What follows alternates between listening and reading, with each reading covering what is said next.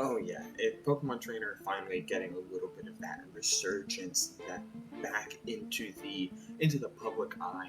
It felt like a lot of Pokemon Trainer players were getting gatekept by the abundance of Rob players, which is often seen as an extremely terrible matchup for Pokemon, for all three Pokemon even, not just one or two. But Quid's showing that, hey, maybe with the right bracket and a lot of resilience, you can take games and you can take sets off the rest of them, and be still can get there all the same. Still just as much of a representative and just as a leader of this character. But Citadel, he knows this matchup, not just on a Pokemon trainer level, he knows the Beast matchup extremely well. These two play a lot. Of course, the only thing I'm concerned for, though, is Beast going with the Ridley against Pokemon Trainer. There is a clear difference in the tier list between Pokemon Trainer and Ridley. No matter how good you are with a character, there is still that whole matchup scenario thing that you have to take into account for. And gets the tech off of the spike! My man's doing stuff that I wouldn't be able to do. Gets the down throw going, goes for the up air, but doesn't get anything off of it. But both players are at pretty much equal percent, and either could kill each other at this point with how powerful their strong attacks are.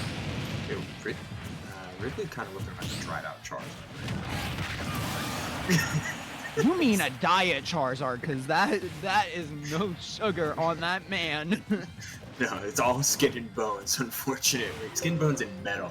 Ridley's, he's had a bit of a trip around the cosmos. Charizard definitely fed up too full. This is the heaviest Charizard you'll ever see. And at 150, though, you're not going to be surviving that up smash for very long, as we see back to the Squirtle and back to the Pain Train for Citadel.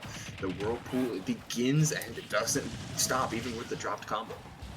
Indeed. One thing I love about Beast Pokemon Trainer is the Squirtle. Just such a good Squirtle from this man. I love seeing the different combos that they're able to get together with Squirtle. And of course, in this matchup in particular, I feel like Squirtle just has such an advantage against Ridley because he just goes in so quickly and can get out so quickly as well. However, switching to Ivysaur and immediately dies for the choose there. That was dirty. Citadel kind of approached that read like he was reading a spot dodge, and we can't even talk about the previous stock before Citadel's already threatening the current one, still surviving off of the incredible distance that comes from that Ridley up special. But at 69% now, Beast has to put something in the mix here, and this Ivysaur, these falling up airs just aren't finding it. That time a rising up air off of the Razor Leaf confirmed will do it. Here we are, both players are at one stock apiece. Beast is going to need to come up with something at this rate, and sticking with the Ivysaur, definitely the smart choice to go here. Needs to get more of a combo going, and needs to get a kill confirmed as soon as possible before Citadel can do anything to stop him, and he does, with game one going to Beast in a pretty much a good comeback.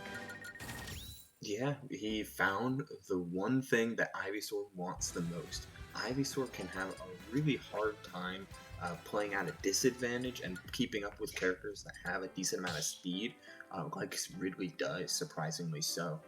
But when you find a grab as Ivysaur and you start playing advantage as Ivysaur, Grass Dog goes in, and all of these up airs, the spacing out with back airs and fairs all over the place, and finding kill confirms off of Razor Leaf or solid edge guards off of down air.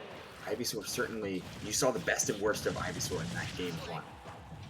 Indeed, and here we are at game two, small battlefield, Pokemon Stadium 2.0, and now Beast is going with the big combo string from Squirtle, gets the water gun off, and now got the Ivysaur going, wanting to extend that percent even more. About an even start here off this ledge. We're back on small battlefield with a lot of coverage off of this ledge for Citadel. You have Nair to cover a lot of these jumps on hard reads like that forward smash. Usually a pretty, okay, the second down air doesn't come in, but Beast was looking for that immediate reversal, and he's still hunting. These players are swinging. Just reversal on reversal. They're just mashing DP out here. Indeed, and he was, oh my goodness, Beast was going for a side special to be cheeky there, but he didn't get it off. That's what you get for trying to be risky, and you take the stock as a result, Beast. Now you got to get this stock off of Citadel before it's too late. You don't want to get any more percent taken on you from this Ridley because it has been nasty so far this set, and there we go. We have a reset, stock count and percentage count. Both players with 2 stocks apiece. We back in Smash 4, baby. We're sitting here with a little bit of a blast from the past, though it is Squirtle on the screen. It's reminiscent about the Brawl days, I guess. No, Brawl Ivysaur was terrible, actually garbage. Fortunately for Beast, Ivysaur a lot better in this game. It starts with stuff like that, down throw, triple up air, all of that damage. This game is back in Beast's favor off of one mighty swing. Now you're saying that, but Citadel taking the up smash and getting rid of the Ivysaur. Now with 1 stock remaining, Beast is going to have to get this kill as quick as possible, as I've been saying, because otherwise you don't want to get that lead away from you. More and more percents going up. I really like how Citadel has adapted to what Beast wants to do when it comes to ledge trapping. Beast has been really basically just positioning himself on top of this platform and using that to almost disguise his intention and disguise his mix-up. Citadel's answer to that has often just been to wait a little bit longer. Beast making a lot of advantage though, getting the stock off with a spot dodge into F-tilt, sweet spotting Ridley, who's not hard to sweet spot. And we're back in a very similar spot.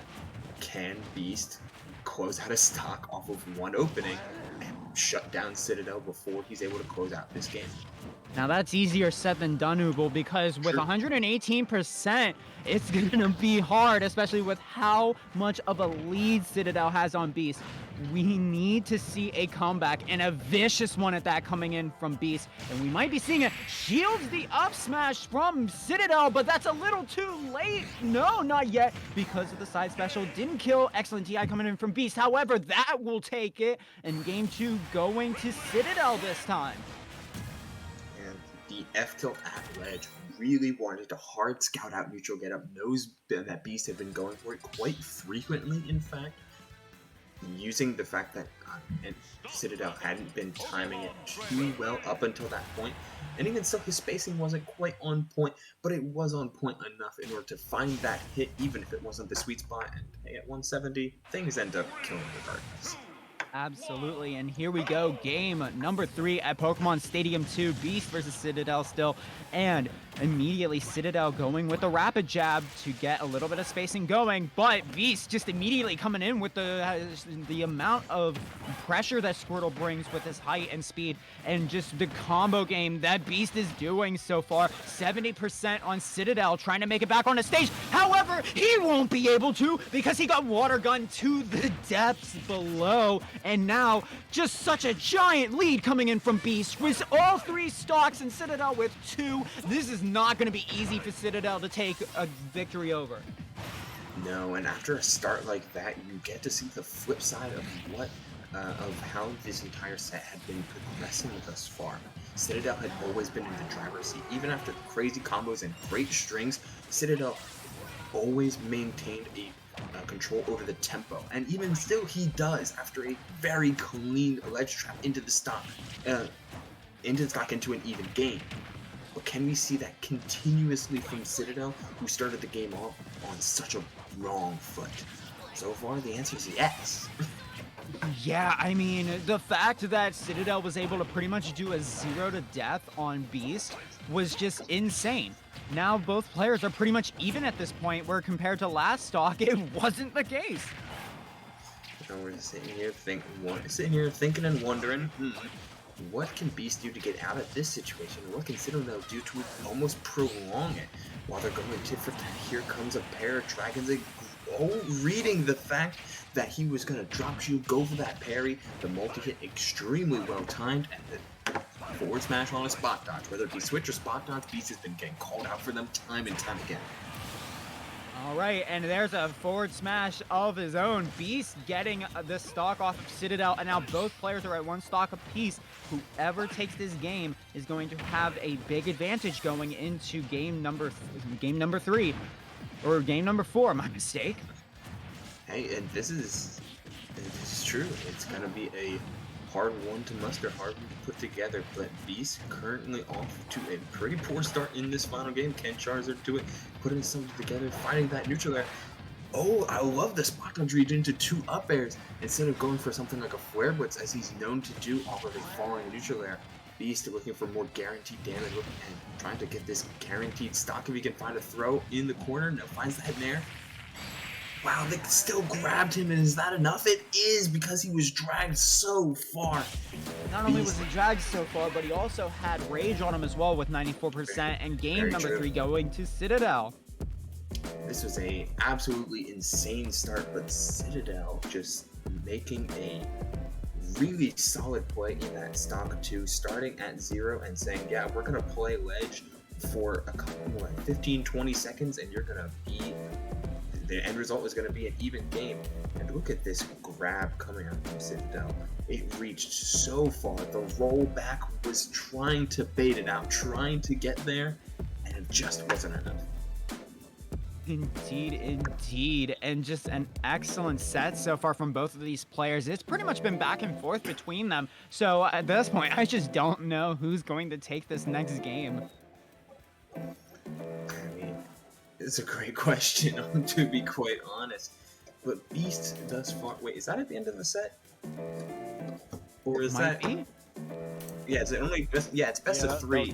Or top 3 best of 5. Okay, yeah. Well, then I guess that means that looks like Citadel moves on. Indeed it does. Beast falling at a respectable 4th place, to be sure.